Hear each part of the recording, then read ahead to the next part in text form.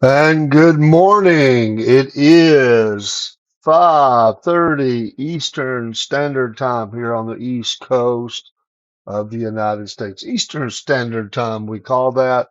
It is the SFP Morning Show. That stands for Southern Fried Podcast. I'm Dave in the AM, your host, and a little early Monday morning get together. It is a cool morning, but it is going to warm up nicely here in North Georgia, where I am coming from.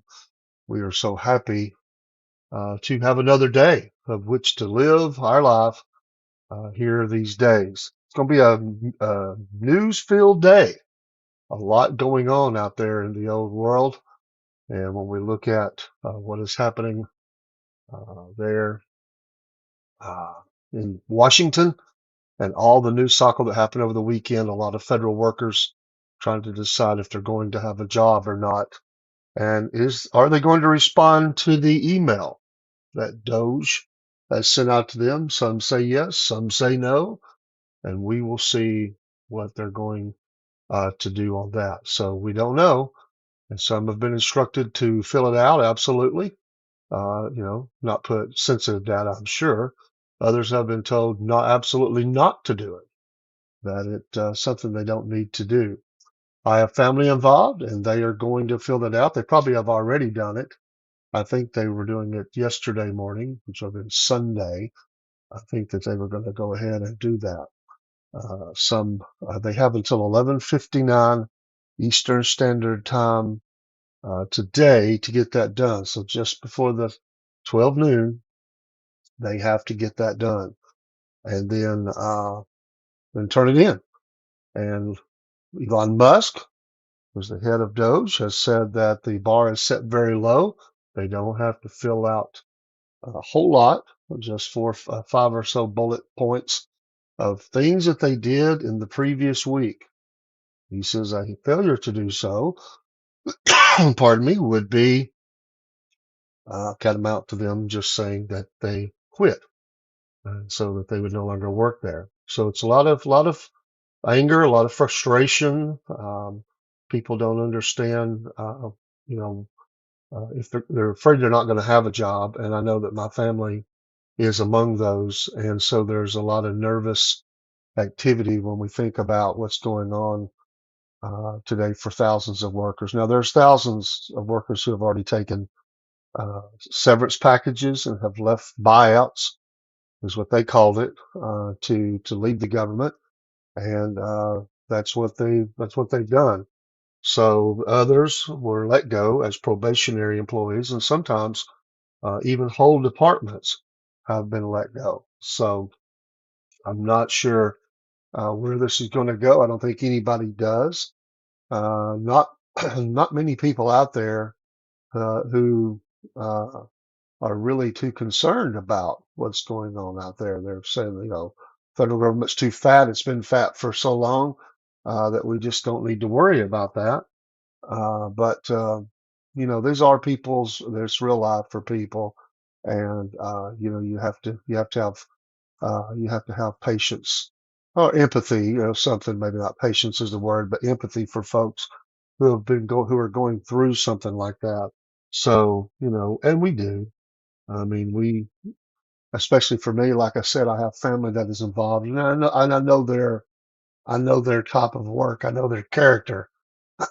And so my heart goes out to folks that have served for decades, or even just for a few years in this job. And then people are wondering, what do I go from here? What do I do?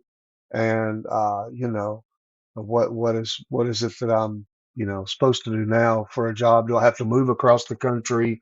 Um, how am I going to pay my mortgage? I mean, these are the type of things that people are wondering about, and so they're not happy about that. And there's a lot of fear, and that's the word that I heard used a lot was fear. What does it mean for me now after all these years of or however long of working here, and it's hard. I mean, I've went through job losses. I've lost a job before, and wondered what I was going to do. Had to go to the employment office and apply for compensation there, and it's a scary thing. So there's a lot of them in that place. So wondering what's going to be next, and so you know, I think we always should have empathy for people that are going through something like that. I don't relish the thought of losing my job or others losing their job. Things happen, things change. Hope you have your coffee this morning. It is a cool, brisk morning, and so we we will see what what happens with the uh, cool weather is going to turn warm. It's going to be spring-like, and we're excited about that. Having a problem with a password this morning. That is always fun as we get some other things ready this morning, or seemingly so. We would hope that we would be able to get some other streams up here in a minute. So if you hear me pecking away at the keyboard, that is what I'm doing. And then, Cash Patel, Dan Bongino, and he is now involved there, giving up his career for a time. I mean, nothing lasts forever, but for a time, he is giving up his radio podcast career because he is going to serve at the request ultimately the president, but Cash Patel. President Trump had nice things to say about to Dan Bongino, and he thanked him last night. He thanked Pam Bondi, and he thanked Cash Patel as well for their kind words that they had for him, and that was not. It's nice to see that that someone that is is has served their country, and he certainly has served his country before. As a police officer, he served his city, and as a person who uh, served in the Secret Service, protecting the president, and so absolutely, now he serves his country yet once again. So he is serving now again, and in a much greater way. And you like to see people get that kind of opportunity to do something like that. So what a blessing that is for him, and I'm excited for him. And he has talked about in his program the issues that are going on, and you know what that means in serving for the president and the attempt on his life. He was very much you know frust- you know frustrated with what he saw was failures by the intelligence gathering, the protection, the service performance of their duties, of how they failed him at Butler. He has been outspoken on that. He has seen the problems, and he is wanting to see some things happen. Now he gets to serve, in the FBI, and that's interesting and powerful for him as well. So way to go, Dan Bongino. I am so glad that he's going to have this opportunity to serve his country. And I know it means a lot to him. That's something that he takes very seriously, and he should. And so I applaud this move by Cash Patel. He brings a lot wealth of experience from the street level, from other avenues. He's very smart. He's educated, and he's tough. He's that New York tough kind of guy, and he calls it like he sees it. No BS with how he is prepared to serve his country, and I'm excited for that. I think it's good for the president. I think it's good for the country, and it's certainly certainly big for him. And so we're certainly excited that he is going to be able to serve in that capacity. So way to go. Like I said, it's always good. That's what America's about, right? That's what America's about, that you get these opportunities to serve, and that you serve uh, your country in a way that is the American dream. You become something that you never could have become anywhere else in the world. That no other nation has this ability to raise you up into the position that you are. So I just think that I just think that that's very powerful. It's impactful to see that we are in a land like that. Uh, that we have a country that we can serve, and you know come from an immigrant, a legal immigrant, all the way up to serving at the highest levels. That is really powerful to me, and that's what I've thought, and many people have thought for some time, that we're losing in America, that we don't have anymore, and that's just not the case. We do have that, and we are we are excited to know that we have that kind of ability in this country to still rise up, that it's not just about the rich and elites, the powerful billionaires, that there are those people that can serve and grow and become something seemingly out of nothing. It's not lost. It seemingly has been put to the side for a time. I think at times people have wondered, is the American dream still there? And that's why people came to America, is they saw in America that they could become something that they couldn't anywhere else. And then sometimes they went back and even served their own country because of opportunities that they had here. And so that reinforces that idea that we see that someone can do those things and can uh, you know uh, get the education opportunities you need, or get the opportunity to serve in military, or like I said, in his case, the Secret Service, and now to come back around. I mean, it's just fascinating to watch that, and I'm excited for him, and I know the president, and this is also reinforces that what we see with the president is that he is he even ultimately, it came from Cash Patel, that he is rewarding. Um, he rewards those that are loyal. He rewards those that have something that they can offer, and it's nice to see that. That more people get to ride along and become part of something special like that. So I just think that that's truly amazing, and that someone can do that. So that's America. That's what's great about it. Do we have problems? Sure, but we also have here in America greatness, and that greatness is exemplified in people who can rise up like that and still become. And the idea always has been, of course, with the idea of president, is it has become a lost idea. But the idea that someone could come from the farm to the White House was always supposed to be the opportunity. That has become a billionaire's game in a lot of ways. Not Now, Joe Biden wasn't, but he was, the president, the one that is running, sometimes is propped up by the billionaires. And so in that case, it does become seemingly locked into a club or a society that very few are a part of.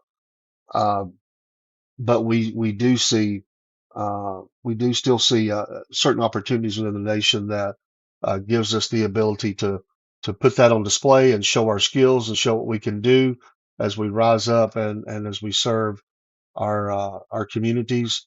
And I still see that. I still see people that who at one time in their life was very come from very poor beginnings, maybe even we might say beginnings that were uh, you know not the best. Maybe they suffered under abuse or something, and maybe they didn't get the opportunities, but then they pulled themselves up by their own bootstraps, so to speak, and they went and they became something. And I see in some of those that have been serving, we see immigrants that have rose up within the community of those institutions in America, and now we see them serving at high levels. That is absolutely wonderful, and it's exciting to know that people can still do that. Again, it reinforces the idea that you can become anything that you want to be in America. And some people say the American dream is dead. I disagree. I do not believe it's dead. I see that there are people who would like to think that it's dead. They would like you to give up, and we're not of those people. We're not going to give up. So anyway, way to go, Dan Bongino. Appreciate you, buddy. You've been an inspiration in podcasting as well, and I'm excited to see that opportunity come. Well, again, we'll see what happens with these jobs as they get their walking papers, or so to speak, not answering the email. And we'll see what Elon has to say about this. There's going to be a lot of discussion, I believe, this morning about that. And so we'll see where this goes. There'll be a lot of people not too happy this morning, and they're not happy about it at all. And so, what will those leaders say to, and will there be lawsuits about this? Some are saying that they're going to sue. Others are saying, that they won't do anything about it, to not answer it, and go from there. So I don't know.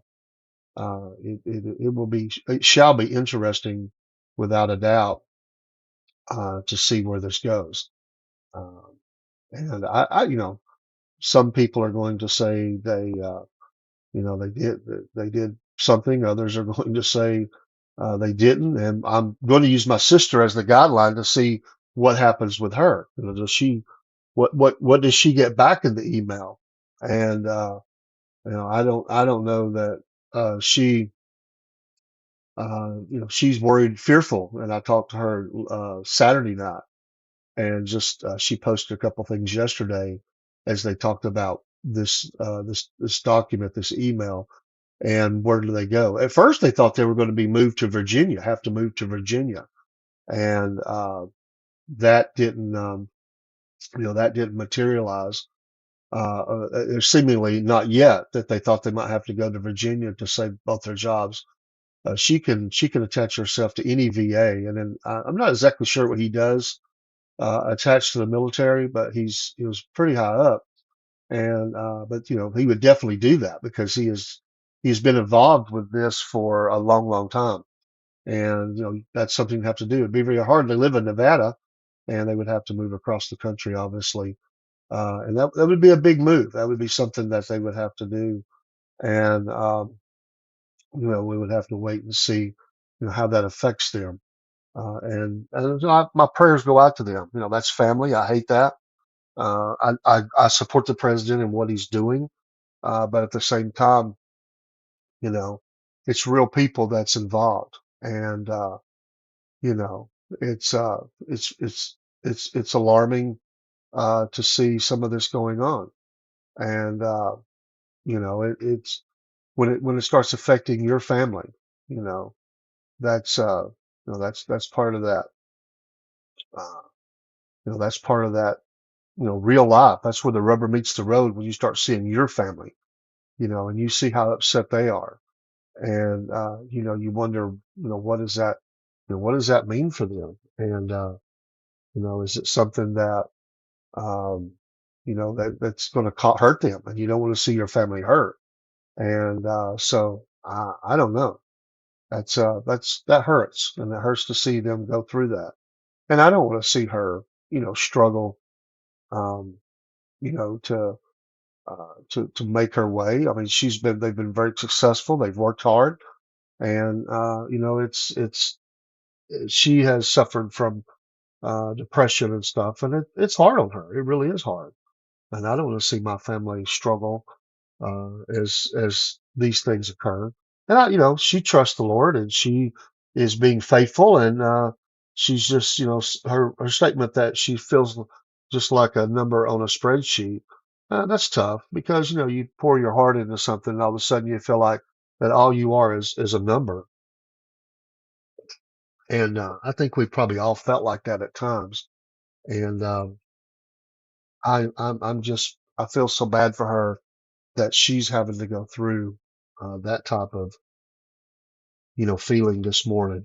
God bless her, and God bless her husband. I want to use names this morning because, again, uh, I don't know how things might happen for them, and I don't want to see them hurt in any other way. So I think I would just leave that alone, because I don't want to see them hurt. And you know, who knows? Today, there's a look to get rid of all these people. So you're like, what in the world? Do I say something wrong?